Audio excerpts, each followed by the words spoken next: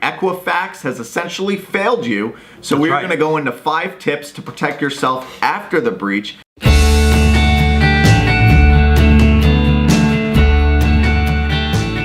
Hello, my name's John Convery, and welcome to this edition of Retire Yesterday, Live Today Television with Michael and I, here broadcasting to you. My name is John Convery, and on our behalf, we want to welcome you back.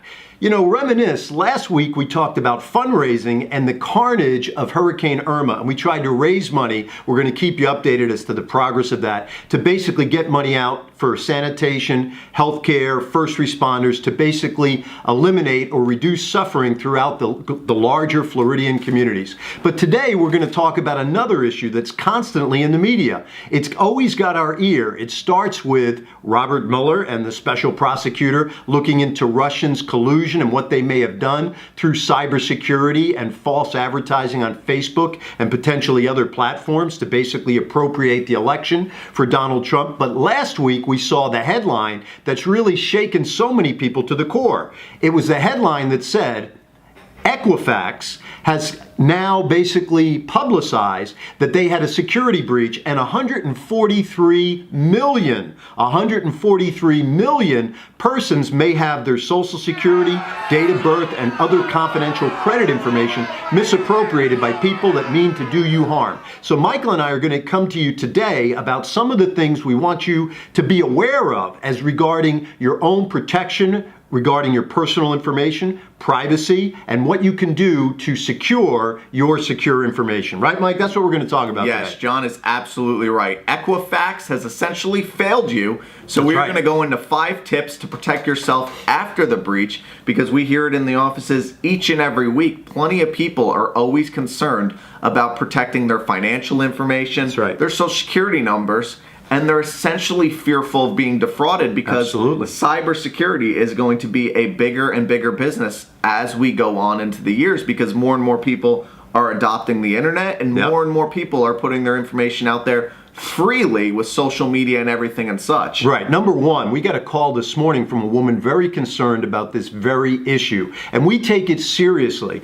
But a couple of things you got to know. Number one, never respond to a phishing scam or an unsolicited email from any financial institution that basically is asking you to confirm information by contacting them by email response or by you answering an unsolicited phone call. You should always go to, whether it's Wells Fargo or Bank of America, if you get an email saying that there's an issue with your account, go into the branch or go to the encrypted secure site for Bank of America and make sure you go through the proper security protocols to authenticate that you're dealing with honestly and genuinely your financial institution. Just one idea, but I know Michael has a lot of other things that he wants to bring up in this program today. Yes, we are going to go over the 5 tips to protect yourself after the data breach. And tip number 1 is really just to check your credit reports, because with the 3 major credit agencies out there, far too many people do not even check their credit reports, and you get to freely once a year, and people don't usually take advantage of that. Annualcreditreport.com. Annualcreditreport.com. It's an aggregator,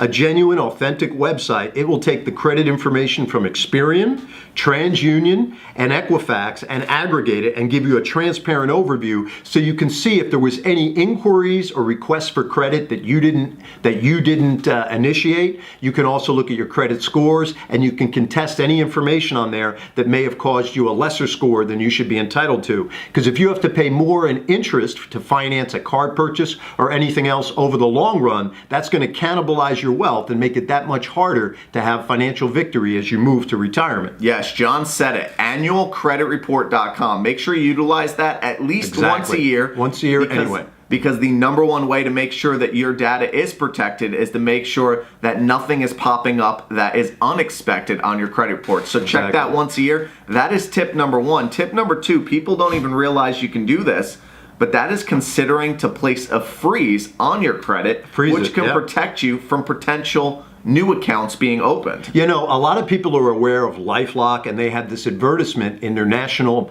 marketing campaign where they talk about if your credit is breached on their watch, they'll pay up to $1 million to restore your good name. That's a pretty profound offer, but it comes at a price because LifeLock is a subscription service, and it's not exactly inexpensive per se, depending on the level of services you have. Another thing you can do is just independently get in touch with all your credit providers on your own, your Visa card through JP Morgan Chase, or whatever you may have, the Sapphire Blue card with Chase, and let them know you want to put a credit freeze. They can do that internally without you buying a LifeLock program and basically keep you informed directly through the medium of your choice, such as a phone call if anybody inquires about additional credit or credit balances in your name. Very, very important, and a frugal way to do it if you're trying to watch the nickels and the dimes. Yes, and if you utilize a credit freeze, it's also going to help you prepare for retirement because you're definitely going to spend less. That's right, no doubt about it. You're going to spend less. Yes, you're going to spend less. So that is tip number 1. And 2, tip number 3 is really a simple one, and a lot of people do this quite well already. I know I do myself,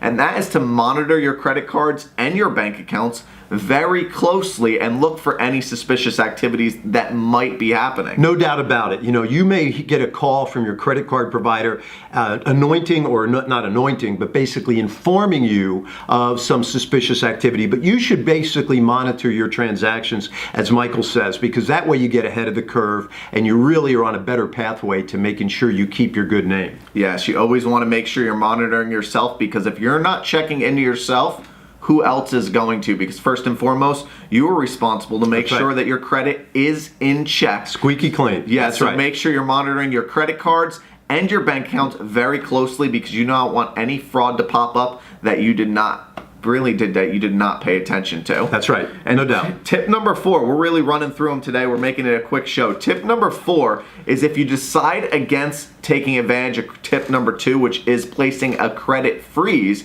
you can always consider placing a fraud alert, which will pretty much monitor your accounts and let you know of any fraud that may be potentially happening. Right. In your credit name. No doubt about it. Fraud alerts are also other very, very effective ways to make sure you're monitoring and have consistent surveillance as to what you need to monitor regarding your credit history. And another thing, Mike, we talked about it, it may come up later, but filing your tax return, your US 1040, if you do that early, you actually preempt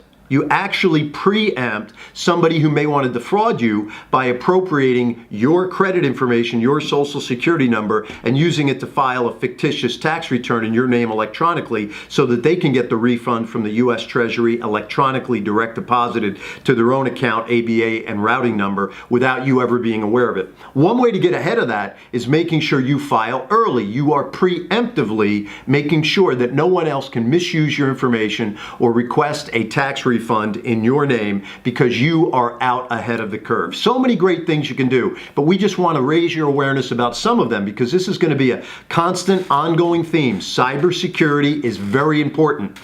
People are out there every day with nefarious motives, data mining, misappropriating your information, trying to use it illicitly on the dark web, PIPL and otherwise. So you've got to be vigilant. You've got to be cautious, but also in the spirit of optimism, know that by God's grace, you'll be protecting yourself by taking some small steps today towards protecting your identity and your privacy for yourself and your entire family's financial welfare and security. Yes, and this is what makes my job so easy because John essentially took the rug out right from under me, because tip number 5 was to file your taxes early. Well, there you go. So you heard it here, you heard it first. That is the 5 tips to protect yourself after a data breach, because Equitrust has failed you. And going back to what Equifax, Mike. Yes, Equifax has failed you. And going back to what John said earlier in the show, last week's show, we were raising money for the Hurricane Irma Global Relief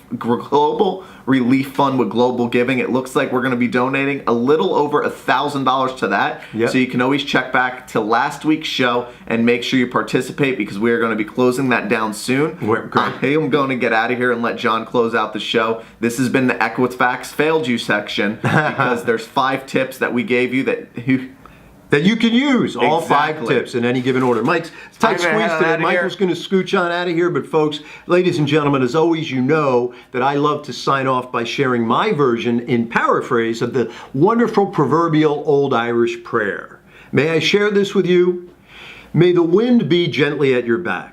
May the sun shine warmly on your face. May the misty low road rise up to meet the high road. And until our paths meet again, my friend, may God anoint you with good health, richly bless you, and have a magnificent day. Goodbye now.